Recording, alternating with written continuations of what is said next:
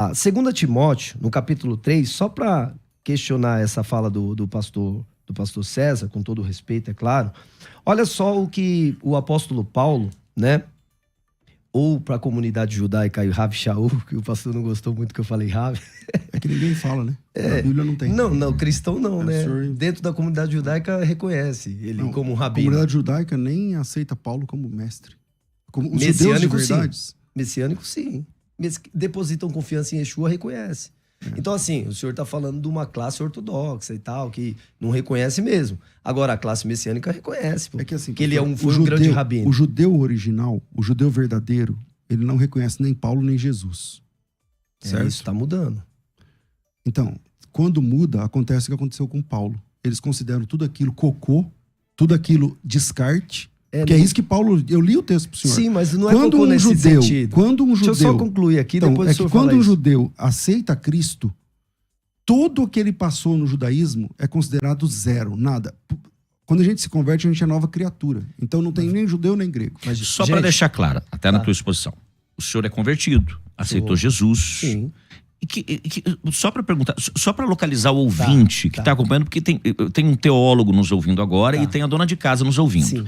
Em que momento o senhor entendeu, ou qual foi o texto áureo que o senhor entendeu assim, não, vivemos debaixo da lei?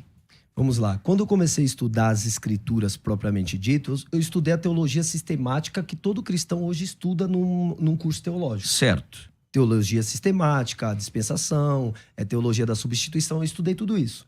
Porém, quando você vem no texto e começa a estudar alguns aspectos no contexto original, você pega o Tanar no hebraico, você pega a Brit Hadashah no grego, e você começa a visualizar algumas coisas, começa a mudar o sentido. Vou dar um exemplo.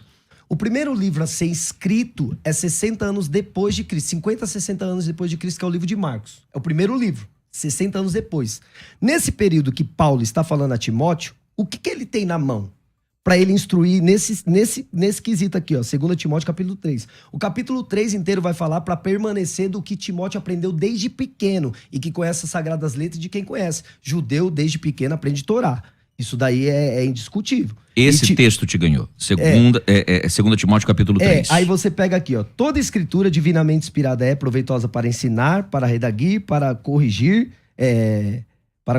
para instruir em justiça, para que o homem de Deus seja perfeito. A igreja falava que é impossível ser perfeito, mas a Bíblia fala que é possível. Para seja perfeito e perfeitamente instruído para toda obra. Eu falei assim, o que a igreja fala não condiz com o que as escrituras diz. Aí eu comecei a verificar esses textos, esses termos. Cristo nos resgatou da maldição da lei. Mas peraí, o que é maldição da lei? Obedecer é maldição? Não, obedecer é bênção, Deuteronômio 28. O que é maldição? Versículo 15, desobedecer é maldição. Então ele nos resgatou da desobediência. E não, agora eu sirvo a Cristo, eu vou fazer todo tipo de atrocidade, tudo é pela graça. Isso daí não é verdade. Porque quando eu não tenho nenhuma responsabilidade de conduta, eu não mudo, eu não altero os resultados. Porque o que altera resultados são ações. E se o mundo está caótico, é porque as pessoas não estão agindo de maneira adequada segundo a vontade e os preceitos do Eterno. As pessoas não estão sendo perfeitas em suas ações. Então, qual a instrução que ela está tendo? Então, qual é a finalidade? Vou dar um exemplo. Qual é a finalidade do estudo hebraico se eu não pratico o Tanar? Qual é a finalidade? Porque no Novo Testamento não tem hebraico. Então, qual é a finalidade? Então, para a gente chegar numa conclusão, é que estamos debaixo de uma aliança maior? Sim. Qual a característica dessa aliança? A lei dentro de nós. Bom, vamos lá. Eu quero até que o pastor César explique isso. Eu só queria que o senhor posicionasse também, pastor César. Assim como ele posicionou a lei, e eu sei que o senhor prega muito sobre a graça, para esse ouvinte que está nos acompanhando, defina de maneira muito simplista o que é viver debaixo da graça. O que é, então, a graça de Deus? Bom, a graça de Deus é o fim da lei. É o fim da lei. A Bíblia diz que a lei termina na graça, desemboca na graça. Gálatas 3,19. Logo, qual, pois, é a razão da lei? Foi acrescentada por causa das transgressões, até que viesse o descendente a quem a promessa havia sido feita, e foi ordenada por intermédio de anjos pelas mãos de um mediador. Gálatas 3, versículo 19. No 24, de maneira que a lei nos serviu de condutor para nos conduzir a Cristo, a fim de que pela fé fôssemos justificados. Então, a lei, ela serve para apresentar a Cristo. A lei desemboca em Jesus Cristo, Deus Salvador. Ele veio salvar, buscar e salvar aquele que se havia perdido. Por quê? Porque a lei não deu conta. A lei não, a Bíblia diz inúmeras vezes, a lei não salva ninguém. Ninguém é salvo pelas obras da lei. Ninguém pode ser salvo pelas obras da lei. Se eu tenho de cumprir... Agora, veja só. Quando ele falou até de uma forma jocosa, né? Então eu vou viver do jeito que eu quero, não sei o quê, tal. Então, não é isso que eu defendo. Tá? Não é isso que eu defendo. Eu defendo a lei de Cristo. Tirando, vamos falar do decálogo, tirando o Shabat, tirando o sábado, todos os 9 mandamentos são prescrições do Novo Testamento. Então tá tudo bem para mim. Porque eu tenho que honrar meu pai e minha mãe, eu não posso ter outros deuses diante de mim, tá tudo bem. Não posso assassinar, Jesus Cristo disse isso. Agora, que lei eu sigo? A lei de Cristo. E na lei de Cristo, eu não sou salvo porque eu sou bom. Eu fui salvo porque eu sou mau. E aí ele morreu no meu lugar. E eu recebi ele como meu único e suficiente salvador. Essa é a diferença.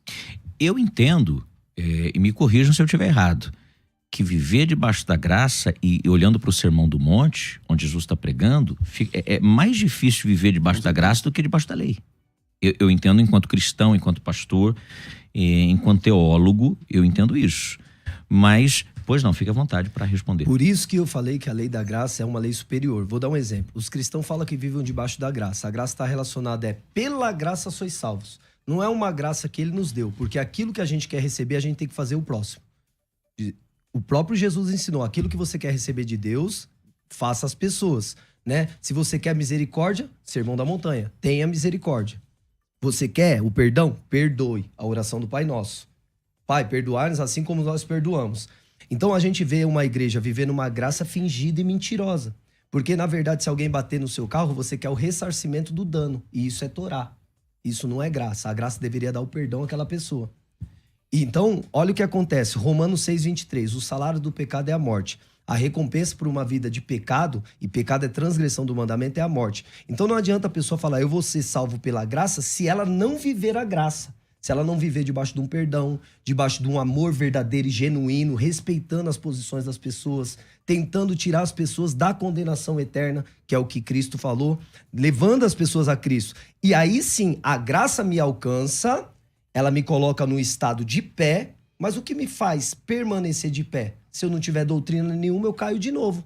O bêbado volta a beber, o drogado volta a usar droga, o ladrão volta a roubar, o adúltero volta a se prostituir. Então, a graça me alcançou? Alcançou. Todos nós estávamos perdidos? Todos nós estávamos sem Torá. Somos anomitas, sem Torá, sem lei. E aí, o que aconteceu? Essa iniquidade foi removida pelo sacrifício de expiação. Agora eu tenho que manter esse estado de graça. Como? Praticando os mandamentos, que é o que Paulo fala. Se você tem a palavra, e essa palavra que ele está falando aqui em Timóteo não é Novo Testamento, que não existia. Não tinha Novo Testamento aqui.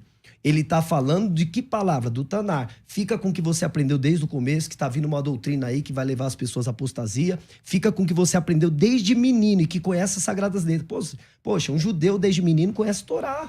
Ou seja, então, o senhor está calma dizendo aí. que a graça é doutrina que vem insuficiente. depois, que é o cristianismo, se diz que ela é uma heresia? Não falei isso. Okay, Alguém ouviu porque isso? a doutrina que vem depois da lei é a graça. Não, o que vem da apostasia de 1 Timóteo 4, que vem de Roma. Ele dá a dica que vem de Roma. Não, é que aquela apostasia nem vem de Roma, mas vamos Vem. lá. Mas vamos lá. Eu vou até 11h58 pelo rádio, depois nós vamos continuar, gente, pelo canal do YouTube, tá? Quem pode salvar um homem? O sacrifício de Yeshua. O sacrifício de Jesus. Então, a partir do sacrifício de Cristo, a pessoa pode ser salva. Pode. A partir Independente das obras da lei. Conforme a Bíblia diz, independente das obras da lei. obras da lei é outra coisa, pastor César. Obras da lei são obras doutrinas de homem. Então vamos lá. Segunda carta de Paulo aos Coríntios, capítulo 3. Eu li esse texto, mas acho que não deu tempo lá. Então, vamos lá.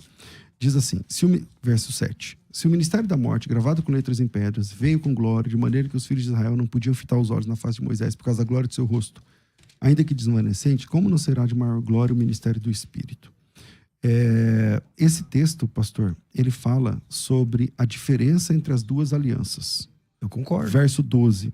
Tendo tal esperança, servimos com ousadia no falar. Não somos como Moisés, que punha o véu sobre a face. Ele está falando do talite.